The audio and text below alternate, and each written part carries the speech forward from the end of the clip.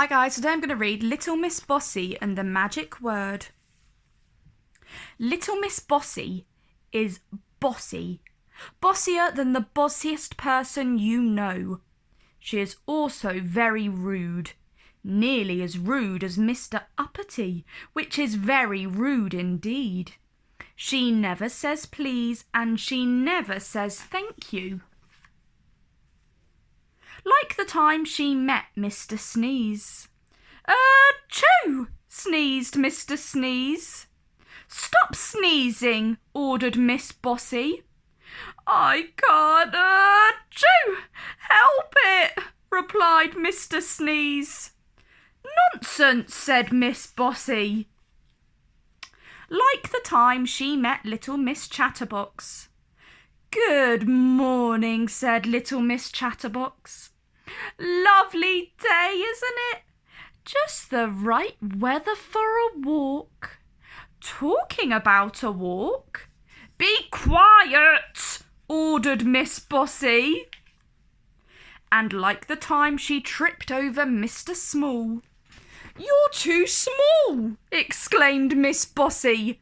Grow up. I can't, said Mr. Small. Then get out of my way in future, ordered Miss Bossy. Poor Mr. Sneeze, poor little Miss Chatterbox, and poor Mr. Small. It was Mr. Small who decided that something had to be done. He went to see little Miss Magic, and once he had explained the problem, she agreed to teach Miss Bossy a lesson.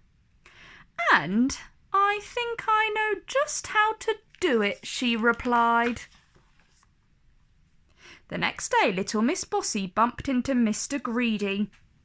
You're too big, she cried. Lose some weight. At the same time, little Miss Magic, who had followed Miss Bossy, muttered a very magic word. And do you know what happened? Of course you don't. But you do now. Who are you calling big? Laughed Mr. Greedy. You ought to take a look at yourself. Little Miss Bossy was lost for words.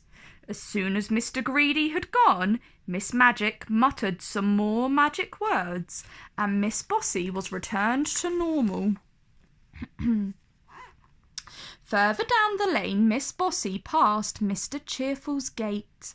He was painting stripes on his house to cheer it up. That looks ridiculous, snapped Miss Bossy. Paint over those stripes. Little Miss Magic whispered the very magic word again. Mr. Cheerful started to chuckle. You ought to look at yourself, he laughed. Miss Bossy did. She was covered in stripes. In her hiding place, little Miss Magic smiled to herself.